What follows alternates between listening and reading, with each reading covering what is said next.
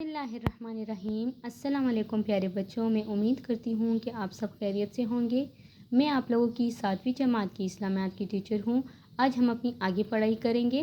شروع کرتے ہیں اپنی پڑھائی۔ صفحہ نمبر 10، سبق ہے حج۔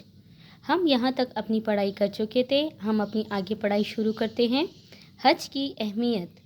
حج اسلام کے 5 ارکان میں سے ایک رکن ہے اور اللہ تعالیٰ کی عبادت کا قدیم طریقہ ہے۔ حج بدنی اور مالی عبادتوں کا مجموعہ ہے۔ اس میں نماز کی طرح دعا، روزے کی طرح بھوک پیاس اور نفسانی خواہشات سے پرہیز اور زکوٰۃ کی طرح مالی قربانی ہوتی ہے۔ ٹھیک ہے، حج اسلام کے 5 ارکان میں سے ایک رکن ہے اور اللہ تعالیٰ کی عبادت کا قدیم طریقہ ہے۔ حج بدنی اور مالی عبادتوں کا مجموعہ ہے۔ اس میں نماز کی طرح دعا، روزے کی طرح بھوک پیاس اور نفسانی خواہشات سے پرہیز اور زکوٰۃ کی طرح مالی قربانی ہوتی ہے۔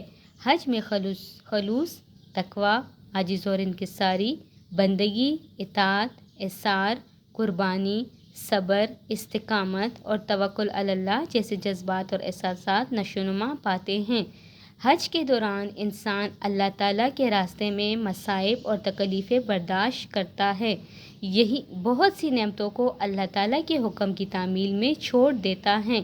ہر وقت اللہ تعالیٰ کی یاد میں مشغول رہتا ہے اور لبیک لبیک کی پکار سے اپنی بندگی کا اقرار کرتا ہے۔ اسی طرح بندہ ایک لمبا عرصہ اپنے خالق اور مالک کے سامنے گڑ گڑاتا ہے اور فقیر اور محتاج بن کر آنسو بہاتا ہے۔ اسی حالت میں وہ اطاعت اور فرمانبرداری کے وعدے کرتا ہے۔ اس قسم کے حج کو حج مبرور یعنی مقبول حج کہا جاتا ہے۔ حج کے فضائل۔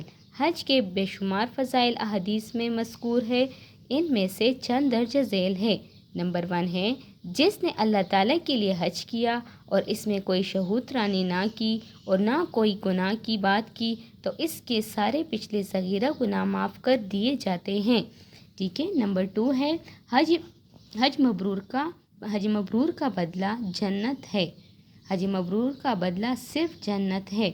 نمبر 3 ہے، حج اور عمرہ ادا کرو، یہ دونوں تنگ دستی اور گناہوں کو ایسے دور کرتے ہیں جیسے آگ کی بتی لوہے، سونے اور چاندی کا میل دور کرتی ہے۔ نمبر 4 ہے، حضرت عائشہ رضی اللہ تعالیٰ عنہا نے ایک دفعہ عرض کیا، یا رسول اللہ، ہم جہاد کو افضل عمل سمجھتی ہیں تو کیا ہم جہاد کریں؟ فرمایا، نہیں، تمہارے لیے افضل جہاد حج مقبول ہے۔ ٹھیک ہے۔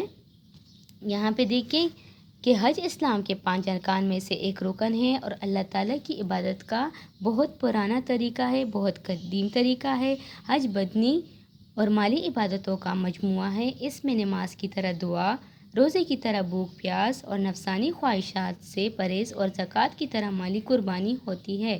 حج میں خلوص، تقویٰ، عاجز اور انکساری، بندگی، اطاعت، احسار، قربانی، صبر، استقامت اور توکل علی اللہ جیسے جذبات اور احساسات نشوونما پاتے ہیں۔ حج کے دوران انسان اللہ تعالیٰ کے راستے میں مصائب اور تکلیفیں برداشت کرتے ہیں، بہت سی نعمتوں کو اللہ تعالیٰ کی حکم کی تعمیل میں چھوڑ دیتے ہیں، ہر وقت اللہ تعالیٰ کی یاد میں مشغول رہتے ہیں اور لبیک لبیک کی پکار اپنی بندگی کا اقرار کرتے ہیں۔ اسی طرح بندہ ایک لمبا عرصہ اپنے خالق اور مالک کے سامنے گڑ گڑاتا ہے، محتاج بن کر اپنے آنسو بہاتا ہے۔ اسی حالت میں وہ اطاعت اور فرمانبرداری کے وعدے کرتا ہے۔ اس قسم کے حج کو حج مبرور یعنی مقبول حج کہا جاتا ہے۔ حج کے فضائل ہے۔ حج کے بے شمار فضائل ہے، ان میں سے چند درج ذیل ہے، جس میں نمبر 1 ہے، جس نے اللہ تعالیٰ کے لیے حج کیا اور اس میں کوئی شہوت رانی نہ کی اور نہ کوئی گناہ کی بات کی تو اس کے پچھلے صغیرہ گناہ معاف کر دیے جاتے ہیں۔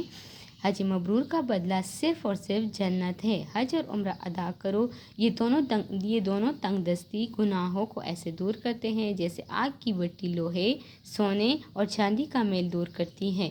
حضرت عائشہ رضی اللہ تعالیٰ عنہا نے ایک دفعہ عرض کیا، یا رسول اللہ، ہم جہاد کو افضل عمل سمجھتی ہے تو کیا ہم جہاد کریں؟ تو آپ صلی اللہ علیہ وآلہ وسلم نے فرمایا، نہیں، تمہارے لیے افضل جو ہے وہ ہے افضل جہاد حج مقبول ہے۔ یہاں تک ہماری پڑھائی ہو گئی۔ انشاءاللہ اپنی نیکسٹ ویڈیو میں ہم اپنا آگے پڑھیں گے۔ شکریہ۔